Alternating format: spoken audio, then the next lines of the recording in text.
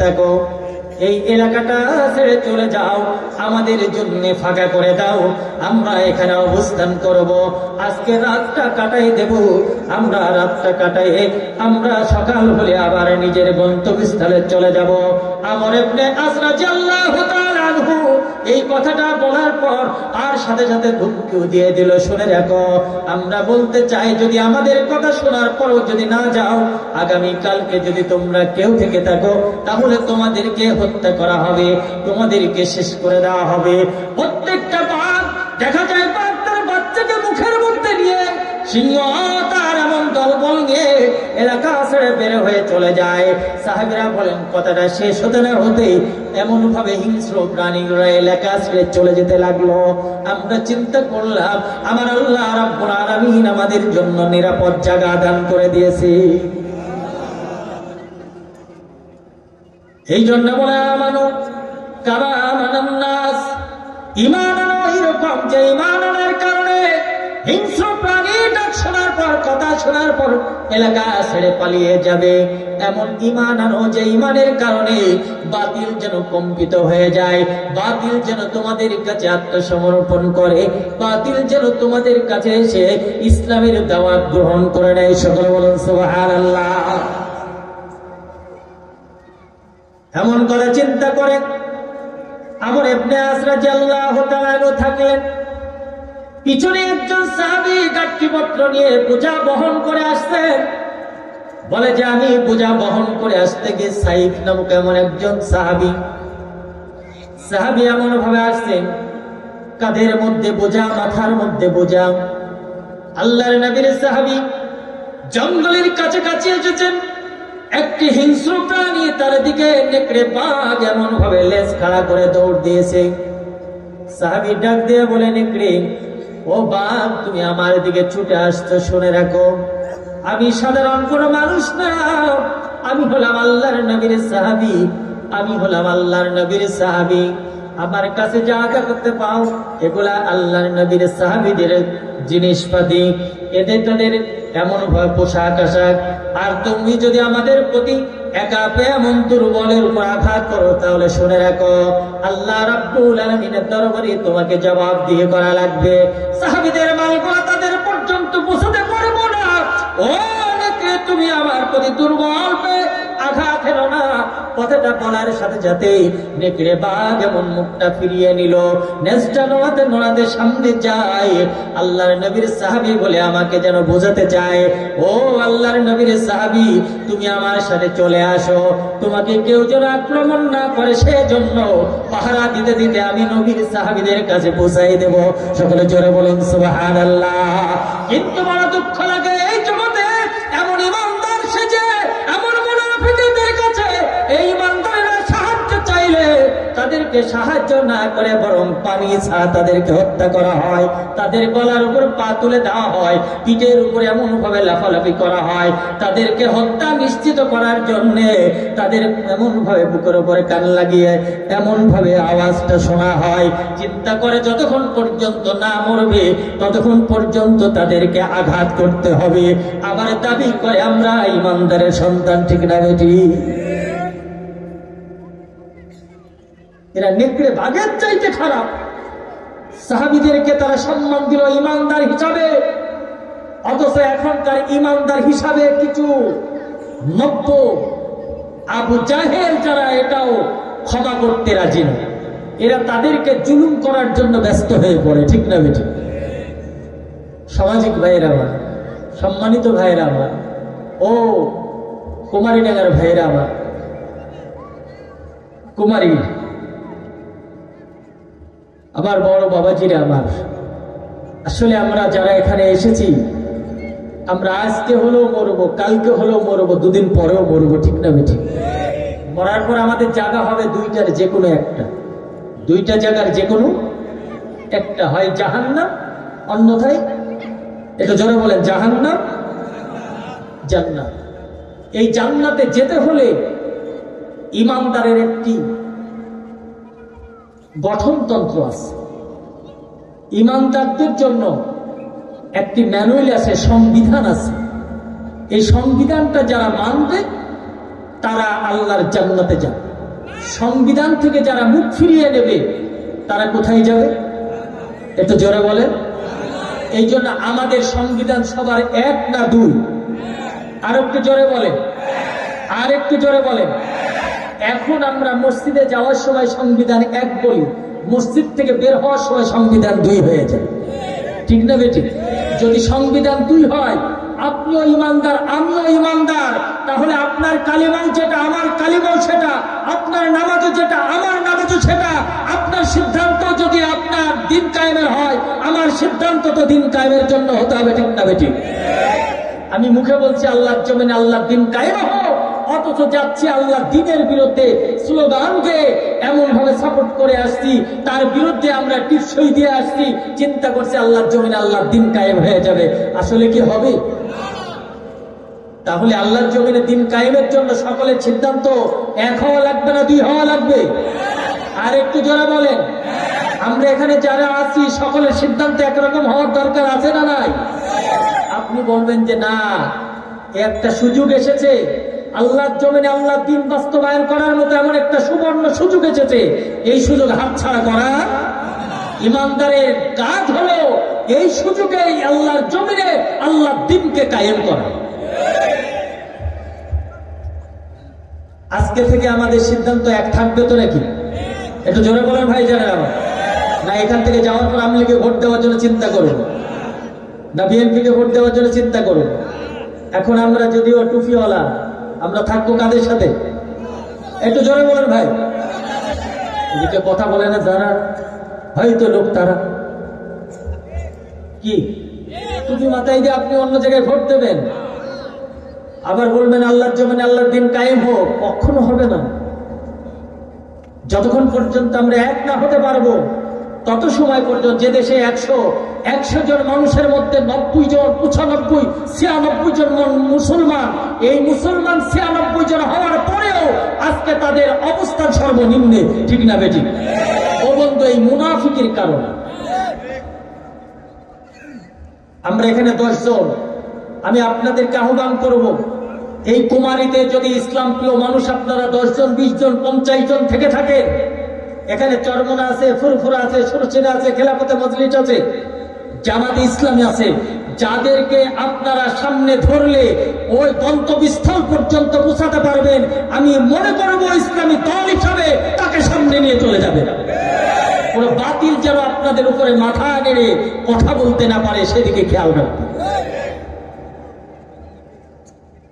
সম্মানিত ভাইয়েরা, আমরা যদি এইগুলা মানুষগুলা যদি এক হয়ে যায়, আপনি প্রত্যেকটা মসজিদে যে মানুষগুলা নামাজ পড়ে, এই নামাজি মানুষগুলা যদি এক প্ল্যাটফর্মে দাঁড়িয়ে আল্লাহর জমিনে আল্লাহর দিন কায়েম করার সিদ্ধান্ত নিয়ে নেয়, আমার বিশ্বাস ইসলাম কায়েম হতে বেশি সময় লাগবে।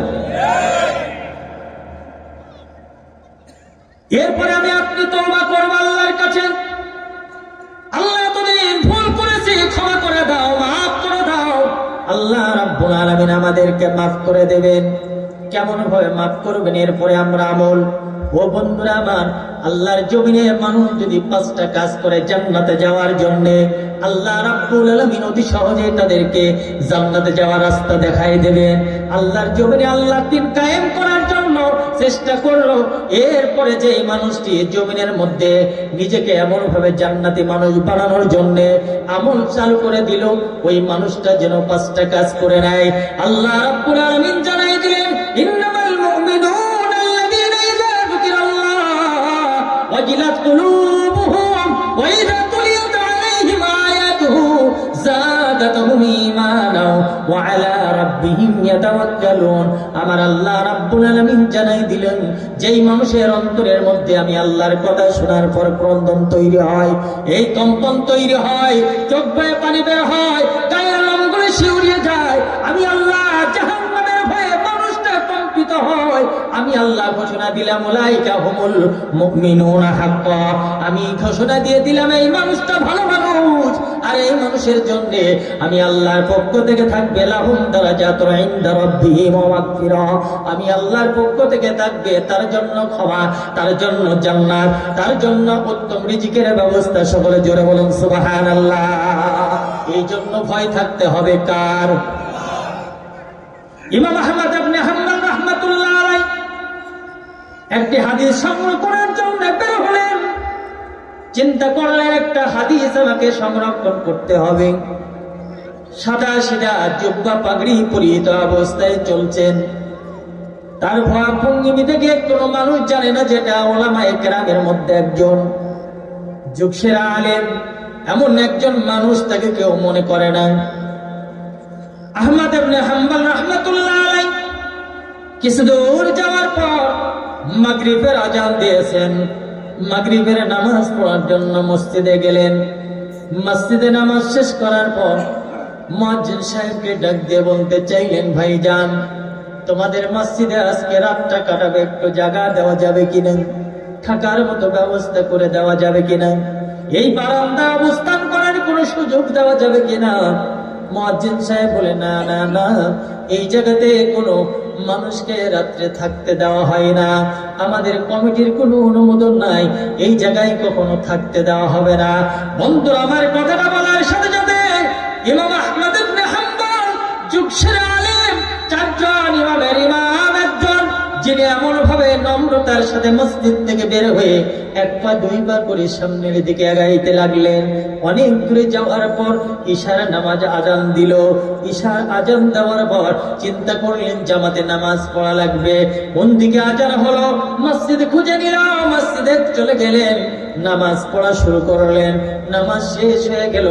ইমাম সাহেব নামাজ শেষ করেছেন, মুয়াজ্জিন সাহেব নামাজ শেষ করেছেন, কিন্তু ইমাম আহমদ ইবনে হাম্বল রাহমাতুল্লাহ আলাইহি বসে আছেন। ইমাম সাহেব কখন বাইরে বের হবেন? ইমাম সাহেব তাসবিহ পড়ছেন, বসে আছেন নিরিবিলি। ইমাম সাহেব তাসবিহ শেষ করে বাইরে বের হতে লাগলেন।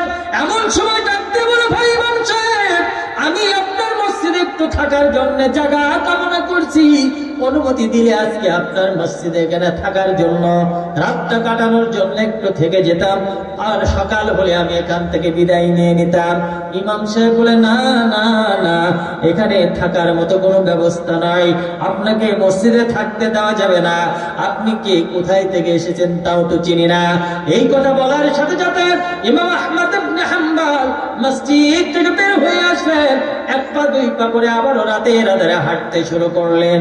চিন্তা করলেন, আল্লাহ, এমন ভাবে আমি ইমামের কাছে জায়গা চাইলাম, ইমাম আমাকে চিনতে পারলো না, মুয়াজ্জিন আমাকে চিনতে পারলো না, আল্লাহ থাকার মতো এমন কোন জায়গার ব্যবস্থা আমার জন্য কি হবে না? ইমাম সাহেবের কাছ থেকে বিদায় নিয়ে যখন দূরে চলতে লাগলেন, অনেক দূরে যাওয়ার পর ইমাম আহমদ ইবনে হাম্বল দূরের দিকে তাকিয়ে দেখে একটি জায়গায় আগুন জ্বলছে, আগুন দেখা যায়। আগুনের কাছে যাওয়ার জন্য প্রস্তুতি নিলেন। যখন আগুন দেখা যায় ওখানে মানুষ থাকতে পারে, চিন্তা ভাবনা নিয়ে সেখানে চলে গেলেন। দেখে যে একটা হোটেল, যেখানে রুটি বানানোর কাজে ব্যস্ত আছেন। আগুন জ্বলছে চুলার ভিতরে। তাকে ডাক দিয়ে বলতে চাইল, গো ও কর্মচারী, ও গো রুটি বানানোওয়ালা, আমি তোমার এখানে এসেছি, দয়া করে যদি একটু চুলার পাশে আমাকে থাকার জায়গা করে দিতে, আমি চুলার সাথে হিলাল দিয়ে শীতের রাতটা কাটিয়ে সকালে বিদায় নিয়ে নিতাম। ও বন্ধুরা, আমার রুটি বানানোওয়ালা, একটা দাড়িওয়ালা, টুপিওয়ালা, পাঞ্জাবিওয়ালা মানুষ, যে মানুষটি রুটি বানায়, রুটি এমন শেখা শুরু করেছে আর বেচা শুরু করেছে, এমন সময় এই কথাটা বলার সাথে সাথে ডাক দিয়ে বলে, না না না, আপনি একজন আলেম মানুষ, আপনার জায়গা এখানে হতে পারে না, আপনার বড় জামা পরা, আপনার টুপি মাথায়, আপনি যেই হন না কেন, আমার মনে চাই আপনি একজন খোদা বিরোধিনদার পরেজগার মানুষ, এই জন্য আপনার এখানে জায়গা হবে না। দয়া করে আপনি তাকিয়ে দেখুন, আমার থাকার জায়গা আছে, আমার কম্বল আছে, আপনি আমার ওই জায়গাটায় থাকেন, আমার খাটের উপর শুয়ে পড়েন, আমার কম্বলটা আপনি ব্যবহার করেন।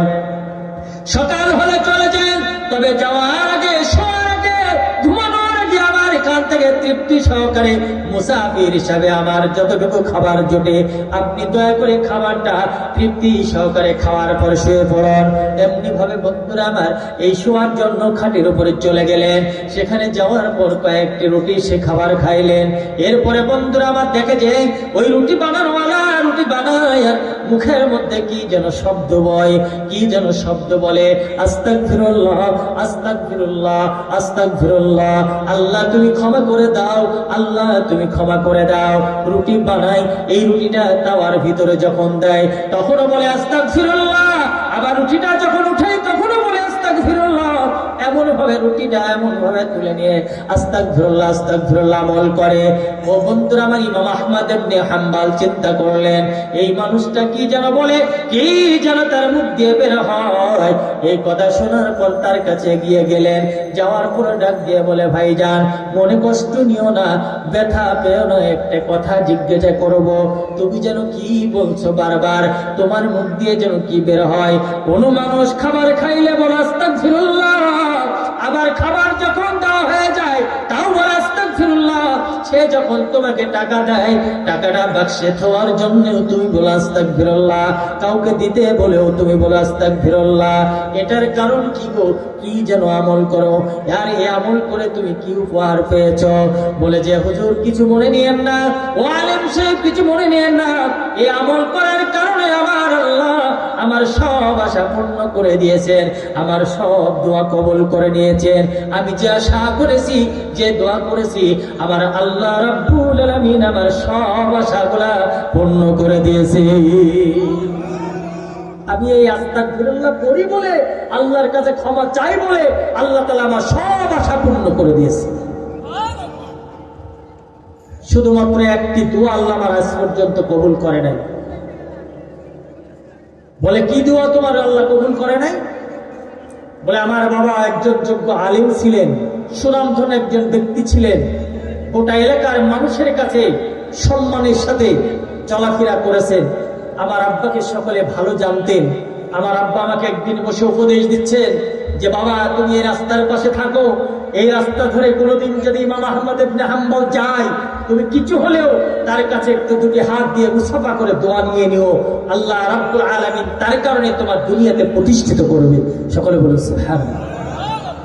আমি আব্বার কথা শোনার পর সেই থেকে অপেক্ষায় আছি ইমাম আহমদ ইবনে হাম্বলের সাথে দেখা করব, কিন্তু আজ পর্যন্ত আমার কপালে জুটে নাই, তার সাথে সাক্ষাৎ হয় নাই।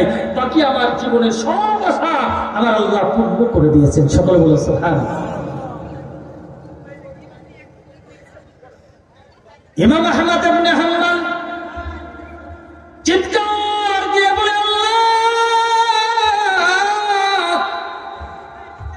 তুমি কোন খেলা শুরু করেছো জানি না, আজকে এমন ভাবে ইমাম সাহেব আমাকে চিনল না, মুয়াজ্জিন চিনল না,